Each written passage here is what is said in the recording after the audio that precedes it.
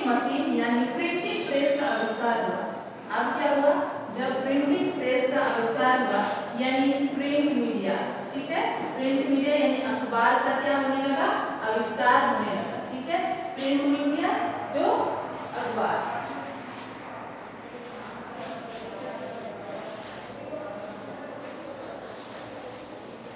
Print media, ठीक है,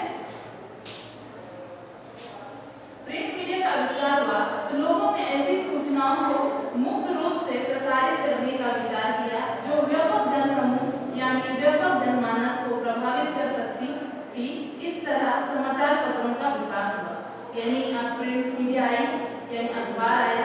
अखबार के माध्यम से आप किस तरीके से यानी मुक्त यानी खुला रूप में आप क्या कर सकते हैं, सूचनाओं का आदान प्रदान ज्यादा से ज्यादा जनसमूह यानी जहाँ व्यापक जनसमूह यानी जनताओं का ज्यादा से ज्यादा लोगों तक अपनी जो जानकारी है उसको पहुंचा सकते हैं, हम लोगों को प्रभावित कर सकते हैं कि इस अखबार का क्या महत्व है, क्या उद्देश्य है, इसके बारे में, ठीक है। छपने की मशीन का आविष्कार पश्चिम में पहले ही हो चुका था।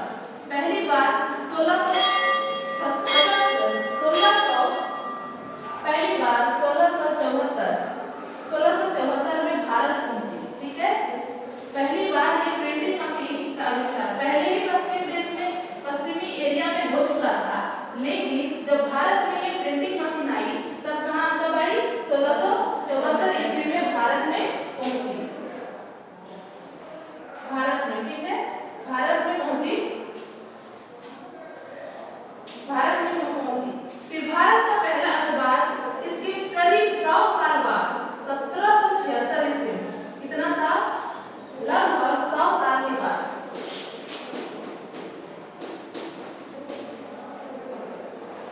यानी 100 साल के बाद 1776 ईस्वी में, ठीक है, 1776 ईस्वी में प्रकाशित हुआ।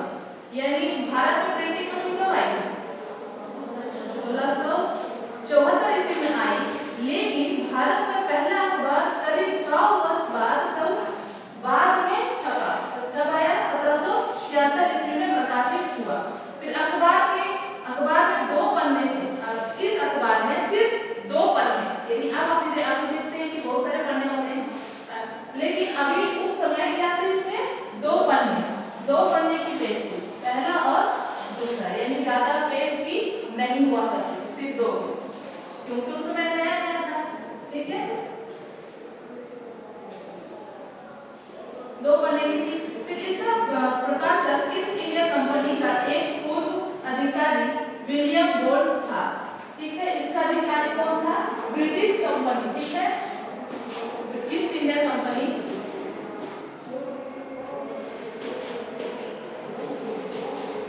इंडिया कंपनी के पर वो थे क्या, उसके पूर्व अधिकारी विलियम,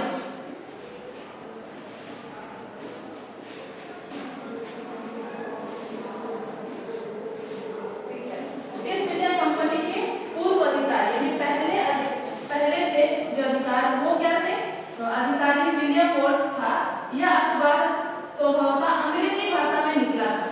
सबसे पहले हमने पढ़ा था पत्रकारिता, तभी हमने देखा था कि सबसे पहले अंग्रेजी भाषा में क्या होती थी, समाचार प्रकाशित होती थी, और ये अंग्रेजी भाषा में थी 2 पन्नों की, जो ईस्ट इंडिया कंपनी के पूर्व अधिकारी विलियम बोल्ट्स के द्वारा किया गया था, प्रकाशित हुआ था। इसके बाद सबसे पहला अखबार जिसमें विचार स्वतंत्र रूप से व्यक्त किए गए थे वह जेम्स अगस्त,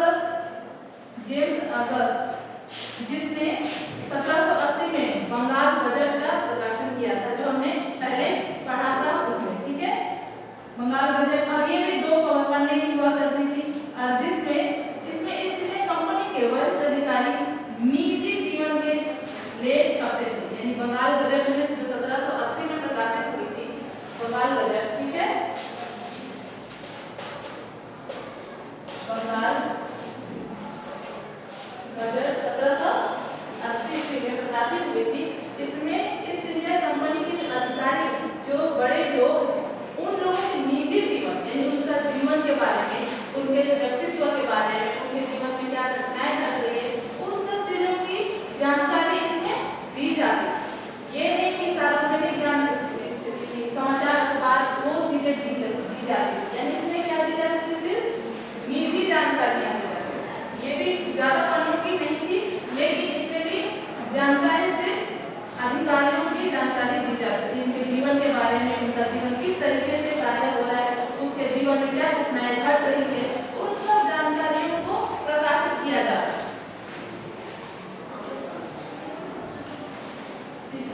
अखबार में 2 ही पन्ने थे और इसमें ईस्ट इंडिया कंपनी के वरिष्ठ अधिकारी के निजी जीवन का पर लेख छपते थे।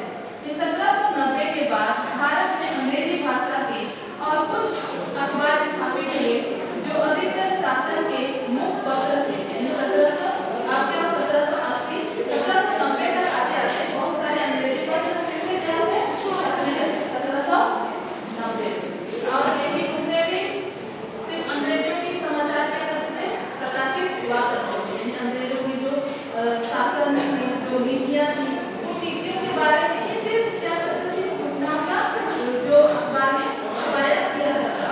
फिर 1820 में कानपुर निवासी पंडित जगत ने कलकत्ता से उदर मातन नामक हिंदी के प्रथम समाचार पत्र का प्रकाशन प्रारंभ किया। यह साप्ताहिक पत्र 1827 तक चला और पैसे की कमी के कारण बंद हो। इस तरह भारत में अखबारों और पत्रकारों के प्रकाशन का सिलसिला शुरू हुआ जो आज तक चल रहा है। यानी इस तरीके से क्या हुआ, शुरू हुआ।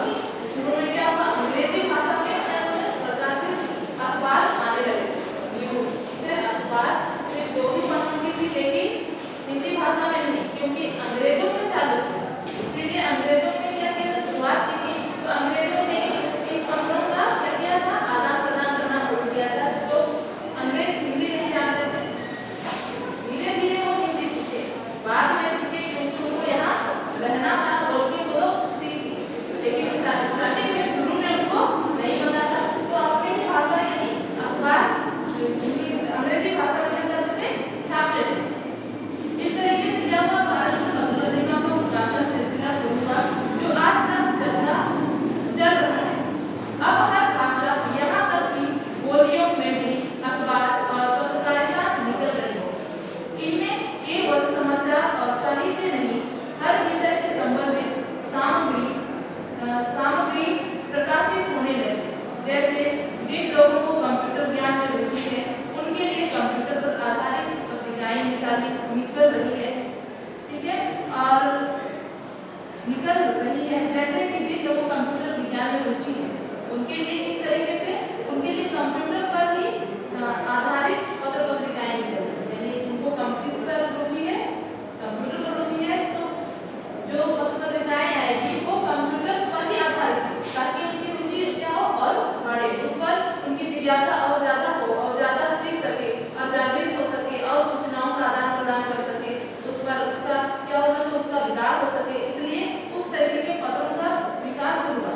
जिन लोगों को खेती किसानों में रुचि है, उनके लिए खेती किसानी से संबंधित सूचनाओं को प्रसारित करने वाली पत्र पत्रिकाओं में भी प्रकाशित हो रही, यानी जो भी सूचनाएं हैं, जो भी जैसे है जो कृषक को अपनी खेती और किसानों से ही संबंधित जानकारी जाननी होगी, क्योंकि उनको हम किस तरीके से खेती करेंगे, किस तरीके से हमारा उत्पाद ज्यादा होगा, हमारा विकास होगा, हम ज्यादा उत्पाद कर सकते हैं, इन सब चीजों के बारे में उनको ज्यादा जानकारी जाननी होगी।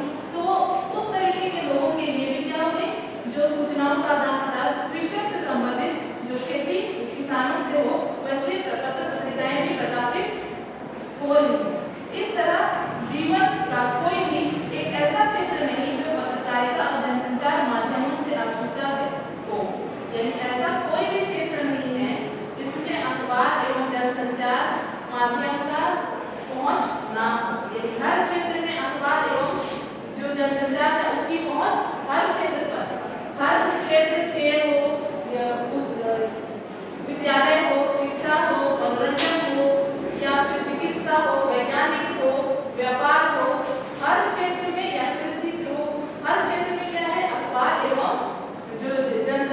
की पहुंच है। यदि आप उन सभी क्षेत्रों पर